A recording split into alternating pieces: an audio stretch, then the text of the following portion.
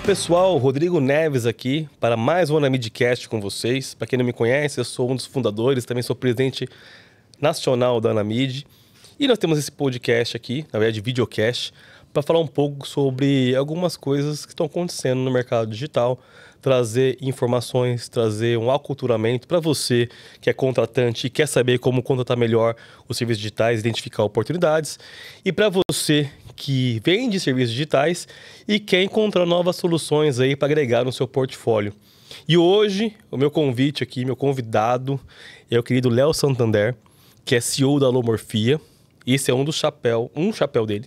É isso. Né? E o outro chapéu, que também a gente vai, nessa nossa conversa de hoje, trazer informações sobre esses dois chapéus. Chapéus ou chapéus? É um bom ponto. Eu sempre me confundo. Você gosta mais. É. Hoje tem licença poética, então você tá à vontade. Enfim, não importa. Sobre essas suas duas responsabilidades, fica muito mais fácil, né? Perfeito.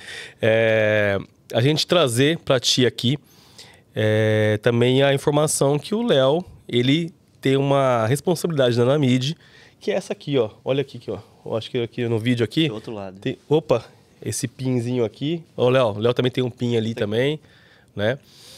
E que é ser embaixador da Anamid Latam agora, né? E a gente vai falar um pouquinho sobre esse movimento da Anamid, da importância desse movimento aí, e aí por que a gente está fazendo esse movimento, né? Perfeito.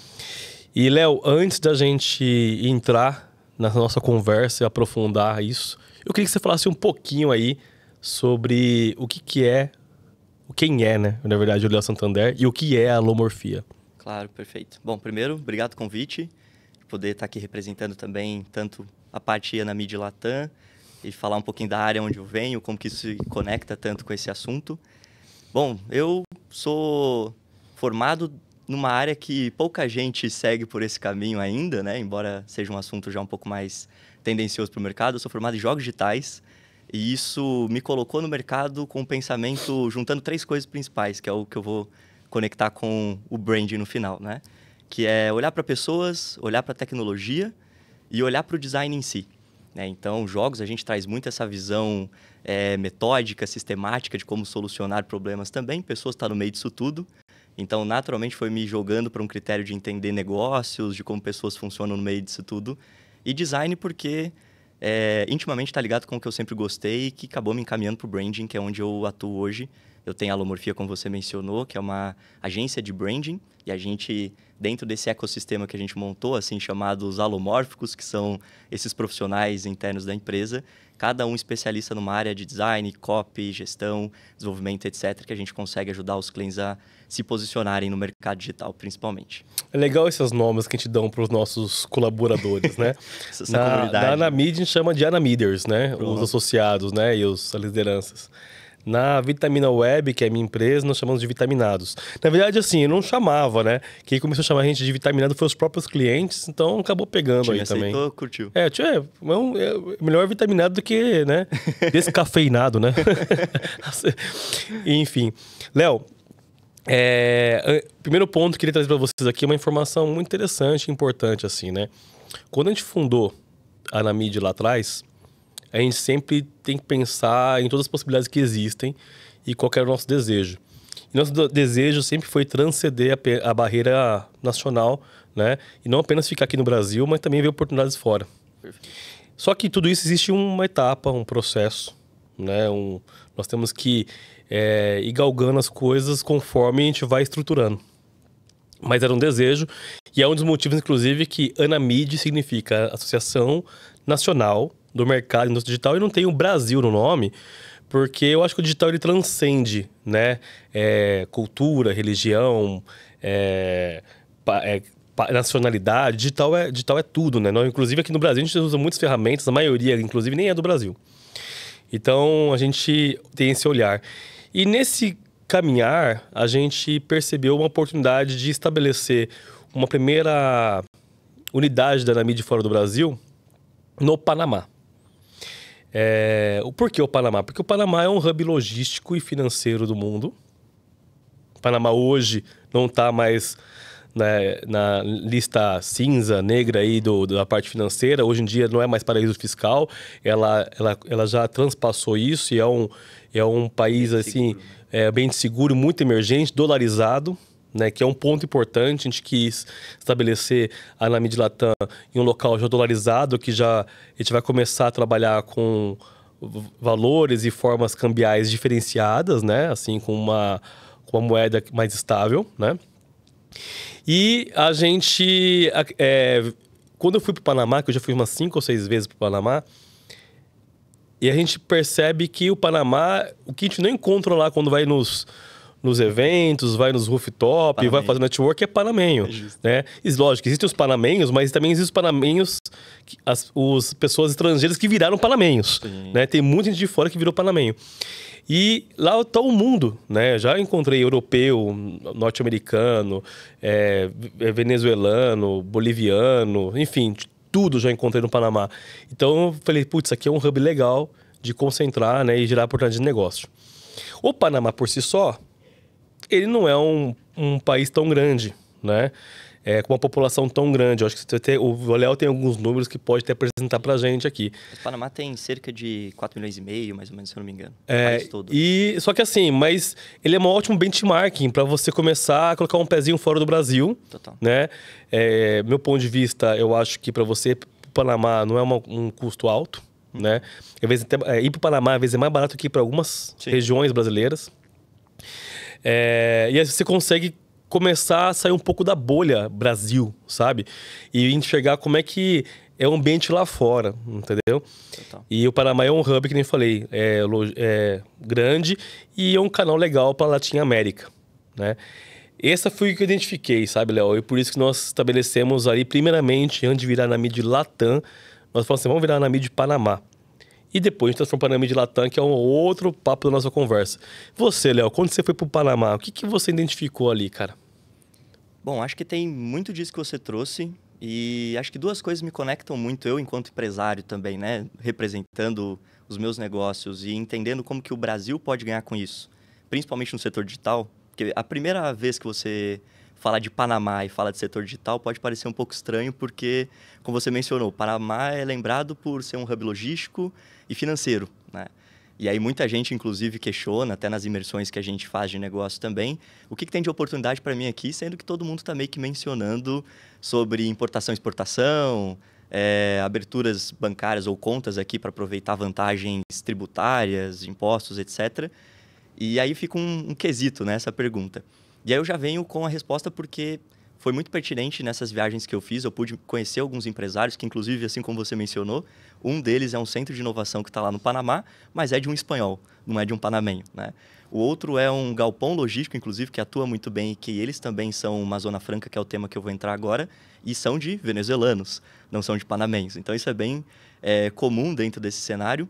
Mas, assim, o governo no Panamá, exatamente por ser um país pequeno, que a sua renda está atrelada ao canal do Panamá e algumas outras poucas coisas que existem ali, eles entendem, isso foi o que eu percebi, claro, né, até um pouco da conversa deles, que eles só iam faturar, só ia ter receita dentro do país se eles entendessem que eles precisavam ser um país oportuno para outros cidadãos, né? Seja para brasileiros, para europeus, americanos, asiáticos, etc. Então, atrair investimento de fora e ali do Panamá eles conseguirem abraçar outros mercados, crescerem e tudo aí por em diante, né? E com base nisso, foi onde o Panamá começou a se desenhar muito bem, não só sendo esse hub logístico e trazendo essas free zones, né, essas zonas francas para esse tipo de mercado, mas também agora estão abrindo para outras frentes, como o mercado de tecnologia. Então, a gente tem algumas instituições que, inclusive, estamos abrindo frentes ali também para serem parceiros nossos na Anamid Latam, que criam ambientes como se fossem comunidades, cidades ali mesmo dentro da cidade do Panamá ou região, e que oferecem vantagens e às vezes até isenção, né, de tributos para empresas que quiserem se estabelecer dentro do Panamá. Então, eu, enquanto uma empresa brasileira, se eu quiser ter uma operação dentro do Panamá, abrir um escritório no Panamá, eu consigo ter benefícios fiscais do próprio governo para eu conseguir operar isso ali no país. Então, acaba sendo um ponto de interesse de conseguir reduzir tributos, etc. Existem algumas regras de empregar pessoas do Panamá, tem vários critérios ali que precisam se seguir, mas, além disso, talvez dentre os países que operam a moeda do dólar, o Panamá seja a que mais abraça outros países assim como eu, enquanto brasileiro, me senti muito bem-vindo ali, até o próprio discurso. Não sei se você teve a oportunidade também de ir conversando com outros empresários ali e sentiu como que eles abraçavam um pouco da cultura brasileira. Por que parece um pouco estranho para nós, mas eles olham muito também para como o Brasil se comporta, como o Brasil se desenvolve, principalmente no ambiente digital, porque a gente até fazendo um parênteses... Nós não somos uma referência, né? Exato, fazendo um parênteses, a gente, enquanto brasileiro, às vezes sente que a gente se compara muito a Estados Unidos e Europa, parece que a gente está fora dessa luta dos grandes, né? Mas para os demais países, assim como o Panamá, eles olham para a gente para entender o que a gente está criando de tecnologia. Então, até bancário, né? A gente olha muito isso. Então... O Brasil, no aspecto bancário, ele é uma grande referência mundial, né? A gente é bem avançado em várias frentes, né? O que eu acho interessante ali do Panamá e do Brasil, na verdade, é que ali no Panamá, quando eu conversei com alguns empresários, né, empresas ali, e até mesmo a gente chegou a visitar a Cidade del Saber, né, a Capatec e outras, né, entidades ali, é natural para eles fazer negócios e relacionamento com outros países. Sim, sim. Só que uma coisa que a gente vai conversando e vai entendendo, que nós temos uma coisa que é uma barreira grande. O Brasil com os outros países da América Latina, que é idioma. 100%. Nós somos o único país da América Latina ali, dos 21 países. Que fala, na América aqui, né? Que não fala espanhol, né? Sim. Então isso é uma barreira, entendeu? Porque eu acho que os outros países, por não ter uma extensão continental como nós temos, é natural que eles busquem soluções nos países vizinhos ou países correlatos, né? A gente, como o Brasil, a gente meio que se resolve por si só, né? Em alguns aspectos, nós temos uma soberania muito grande. E a gente acaba não buscando oportunidades que existem em outros países aqui da Latinoamérica, onde a gente podia se desenvolver. Tem soluções aqui que são muito robustas e já aprimoradas, que fora não é. Sim. Então tem oportunidade. Então um dos papéis da Anamid, né, estabelecendo a Anamid Latam, é trazer para o nosso associado informações exclusivas, importantes, né, e acessos para conseguir começar a ter um pezinho de relação internacional. Porque há muitos anos atrás eu lembro quando a gente falava a palavra globalização. Lembra disso? Não se fala mais esse termo porque o mundo já é globalizado. Né? A tecnologia proporcionou isso, né? E a gente é globalizado hoje. Então, assim, é muito fácil você se deslocar entre os países, né? Se comunicar, criar negócio, gerar. Só que o empresário tem que sair da bolha. Ele tem que querer isso. Só que, assim, às vezes falta acessos, falta alternativas, caminhos, alguém pegar na mão, e nós estamos aqui para fazer isso, né, Léo? Total. E acho que até um ponto que soma muito a isso é até a falta do conhecimento, e às vezes assusta, né, pensar em ir para um país que, primeiro, você já falou sobre a questão da língua, então eu já estou indo lá para um lugar que fala espanhol, não fala português, e acho que qualquer passo que você dá daqui, você já vai ter que falar espanhol, então, independente de estar no Panamá ou não, reforço muito essa ideia de aprender o espanhol, acho que é bem pertinente aqui para as nossas vizinhanças. E já vai para uma cultura que... Acho que o Panamá, acho que você mencionou bem sobre isso. Um país fora da Europa, que eu senti isso muito na Europa também, é o único, talvez, tirando Estados Unidos e Europa, que tem uma imensidão de pessoas de outros lugares, assim. A gente estava fazendo um happy hour ali depois num bar e acho que tinha mexicanos, londrinos. Eu sentei numa mesa com pessoas de Londres, tinha espanhol, tinha mexicano.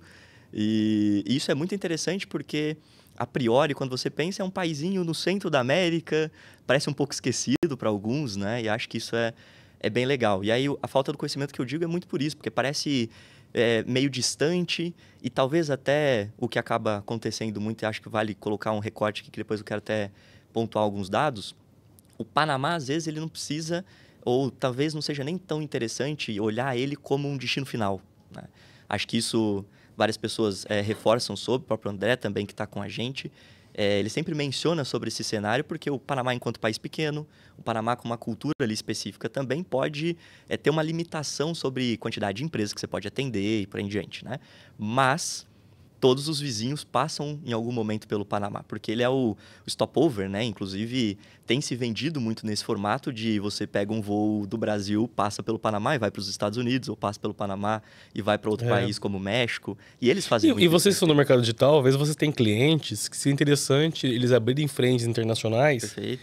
E o Panamá, para a parte logística, né, importação, exportação, essas coisas, ele tem caminhos interessantíssimos, né? Sim. Que algumas imersões que eu fui para o Panamá, a gente vê logo em seguida muita gente fazendo negócio, porque questão de tributos, facilidades alfandegárias e outras coisas ajudam demais, né? Então, tem caminhos, né? Total. A gente foi muito requisitado, eu já fui muito requisitado, na verdade, para abrir a Anamides em outros países, né? Eu tive já a oportunidade de representar a Anamid fora em alguns outros lugares, né? E o pessoal gosta do nosso... Eles se impressionam com o que a gente faz no Brasil, pela imensidão que é o Brasil e como a gente consegue fazer isso. Sim. E fala, cara, vamos fazer isso aqui? Já tive Espanha, Argentina, Chile, Portugal. Mas a gente tem que ter um pé no chão, né? Assim, nosso objetivo realmente é estabelecer na mídia Latam, criar essas oportunidades para os nossos associados, né? E tem muita tarefa para fazer, né, Léo? Temos toda a parte de conversão de conteúdos e materiais pensando na Latin América, né? Não apenas produzir para o Brasil, mas pensando em Latin América. Nós temos também organizar os fluxos de trabalho, né, no Panamá, inclusive nosso primeiro grande evento. Então tem um trabalho que você tem aí, Léo, né? Bastante aí, né? Jogaram na minha mão. Tá na sua mão isso aí. E acho que uma coisa que do meu ponto eu valorizo muito, que é isso que eu quero também propor bastante dentro da Anamid Latam, que é essa ideia do soft landing, né? Porque ir sozinho, ir enquanto agência, não, decidir então que eu vou ocupar ou tentar crescer dentro desse mercado latino e vou sozinho, né? O que se encontra de barreira quando isso acontece? Cai principalmente nesse ponto da língua, mas eu acho que ele está dentro de um pilar maior, que é cultura, né? Existe a própria cultura do jeito de fazer negócios no resto da América, que é um pouco diferente do Brasil, às vezes um pouco mais formal, às vezes um pouco mais técnico também. Existe a questão de você ser o único que fala português ali no meio e pode parecer, ou até você se colocar numa posição inferior de eu não vou conseguir ter diálogo com todo mundo naturalmente, né? Eu não vou estar na minha língua materna, etc. E, claro, existem mudanças de regra, mudanças de formato tributário, etc., né? E, então, essa ideia da gente, inclusive, construir essas parcerias, os MOUs que a gente está fazendo com instituições governamentais, com zonas francas, etc., é para que a gente consiga permitir com que o associado Anamid, que tem esse objetivo de internacionalizar, consiga colocar o pé no Panamá, sentir como funciona toda essa estrutura ali, sem que ele precise demandar muito investimento, colocar muito... E eu falo pro pessoal o né? seguinte, assim, vale a pena você... Eu já viajei muitos estados do Brasil. E só olhando de Brasil em si, existe um choque cultural. Sim. Se a gente sai do estado pro de outro, né? depende do estado que você vai, como eles utilizam o digital, como eles fazem negócio, é completamente diferente como faz aqui no sul, no sudeste do Brasil. Então, já vale um grande desafio e um grande ponto de atenção. Quando você pega e sai do ambiente brasileiro, em tese que você tem domínio, e vai para outro ambiente, se colocar numa zona totalmente desfavorável, né? Você tem que enxergar como uma oportunidade de aprendizado, né? Eu acho que, assim, ali você pode enxergar coisas que você não estava enxergando antes. Uhum. E, às vezes, até que são... que você, às vezes você vai visitar, faz uma imersão, participa, tá lá antenado sobre coisas que acontecem em outro país e você enxerga algum insight que se traz pro Brasil mesmo, entendeu? Não necessariamente você vai fazer negócio no Panamá, mas você conhece alguma coisa que está acontecendo fora do país e traz, faz alguma negociação, alguma parceria, às vezes abre uma representação, tem muita coisa que dá para fazer, entendeu? Então, assim, tem que ficar esperto. E uma coisa que você falou do stopover, né, que é muito interessante quando você estabelece uma parceria ou uma residência ou está presente no Panamá, logisticamente, você está mais fácil de ir para os Estados Unidos, né, ir para o Brasil e ir para outro país. Porque ali existe ali é um hub logístico, ali é um meio do caminho. E isso é interessante em termos de negócio quando você vai pensar em internacionalização. Total. Então, é um dos motivos, aí a gente quer trazer aqui a justificativa, inclusive, né, do porquê o Panamá sendo, né, a matriz aí de uma Anamid Latam. Total. E colocando até como fator de oportunidade de negócios mesmo, citando o Panamá, listando algumas coisas, acho que dentre os principais, e aí, claro, acho que vale olhar por dois caminhos, né? Eu vejo o Panamá como um lugar muito interessante do jeito que os outros países enxergam ali. É lógico que o Brasil também é um país bem diplomático, a gente entende o quanto o Brasil tem acesso e abertura em outros países, mas é isso que faz o Panamá sobreviver. Então, você conseguindo instituir uma empresa no Panamá, ou parcerias ali no Panamá, é fácil, inclusive, a gente ver, por exemplo, empresas do Brasil é mais normal a gente ver uma empresa de São Paulo que tem uma sede no Paraná, que tem uma sede no Rio de Janeiro, etc., em alguns estados, né? Lá no Panamá é normal ter uma empresa panamenha que tem subsede no México, nos Estados Unidos, às vezes na Espanha, né? Então, é diferença bem pertinente a gente olhando assim. E o que eu vejo disso? Muitas empresas grandes enxergam o Panamá como um lugar interessante de se estabelecer, porque o volume de operação delas é grande e, naturalmente, naqueles 1% ali que ela tem de desconto, isso, no final das contas mensais, trimestrais, etc., representa milhões de dólares, né? Então, pensa que uma grande empresa dessa vai ter o seu escritório também no Panamá. Então, uma coisa que se abre muito é esse mercado de eu, enquanto uma agência brasileira, acessando o Panamá, eu consigo acessar também essas empresas que estão demandando serviços digitais, etc., que não necessariamente são da América Latina, né? A gente vai ter, por exemplo, exemplos de empresas francesas, espanholas, inglesas, americanas, bastante também, sem citar nomes em específico, mas a gente tem grandes empresas como Dell, etc., né? Então, isso abre um leque de oportunidade, não só eu olhar para mercados de empresas que estão surgindo, assim como startups, etc., no México, Colômbia, próprio Panamá, etc., mas também essas empresas de fora que enxergam, assim como o Brasil pode estar enxergando, o Panamá como uma oportunidade financeira ele também. E então, acho que isso é um grande quê de se estudar e aplicar para esse tipo de projeto, né? E aí volta um pouco do que a gente estava citando aqui sobre o Brasil ser um país referência para eles. Muitas empresas buscam profissionais brasileiros porque também é do interesse dessas empresas que estão acessando o Panamá, e aí vem um pouco, inclusive, do movimento político que a gente tem sentido desse conflito um pouco mundo com os Estados Unidos, né? O Panamá, inclusive, passou por um processo recente desde começar a não depender tanto dos Estados Unidos e começar a olhar um pouco mais para o Sul, né? Ou seja, hemisfério Sul. O país que se destaca nesse hemisfério sul é o Brasil, né? A gente é um gigante, literalmente, assim como eles mencionam, né? E com base nisso, eles querem acessar esse mercado brasileiro. E ninguém melhor do que o brasileiro que entende o mercado brasileiro, né? Então, eu vejo muitas empresas que, por exemplo, empresas de aviação, empresas que trabalham muito exportação aqui para o Brasil, precisando e demandando de serviços de brasileiros para conseguir compreender o mercado. A gente está falando de cultura, né?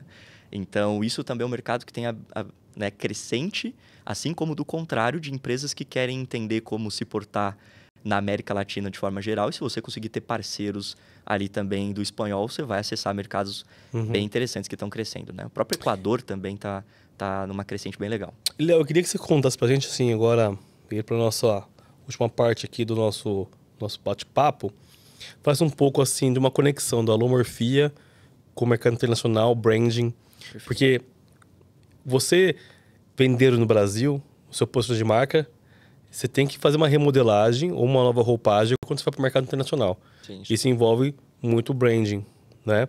E você já conseguiu fazer negócios internacionais estando no Brasil.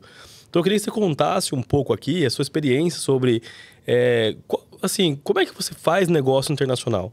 Assim, qual é o passo a passo que você pudesse falar assim, ó, os pontos de atenção, as dicas são essas, né? E qual é que é a importância do branding nesse cenário, né, de internacionalização de empresas, entendeu? Perfeito, perfeito. Bom, eu sempre, quando eu vou tentar explicar para quem não é da área, né, às vezes traz o termo branding, parece um pouco até complexo, e de fato ele é muito grande, né? Tem muitas Afinal, coisas... o que é branding, entendeu? Exato, exato. Mas eu falo assim, em resumo, a importância do branding, que resume o que é o branding, as pessoas gostam e precisam criar identificação com marcas. Então, assim, quando a gente pega pessoas e pega empresas, a gente está falando de duas coisas que são diferentes entre si. Porque uma coisa é pessoa física, outra coisa é uma pessoa jurídica, é uma marca, não é necessariamente alguém, assim como eu estou aqui conversando com você. No meio desse campo está o branding, que é criar essa conexão e criar exato, e esse diálogo entre o desejo de alguém, o perfil de alguém, com aquilo que é uma marca que é meio imaterial, né? Então, o brand ele tenta personificar, ele tenta criar uma ideia de identidade que represente um público específico que vai ter desejo por essa marca, né? E aí, falando de branding internacional, assim como a gente precisa, quando vai abrir um negócio aqui no Brasil, entender para quem que a gente está vendendo, com quem que a gente quer falar, lá fora é a mesma coisa, isso não muda, né? E aí, no fim, a gente sempre vai cair sobre a cultura desse público, o que ele está buscando, o que é mais latente nessa necessidade dele, porque, no fim, acho que a gente fala muito sobre isso dentro do mercado digital de forma geral e não só de branding. No fim, as pessoas não compram o produto, né? Ela compra a resolução da dor dela. Então, se você vende um lápis ou uma caneta, no fim você está querendo ajudar a pessoa a escrever alguma coisa, né? Então, entender essas nuances de como cada público de cada país compreende essa necessidade é um ponto muito importante de olhar para esse branding. E, claro, em resumo, tudo que a gente está falando é essa pessoa estar escutando ou lendo alguma coisa que representa essa necessidade dela. Então, essa ideia de olhar para o branding, eu sempre considero a etapa 1 de qualquer negócio que queira exportar, seja o serviço, produto, etc.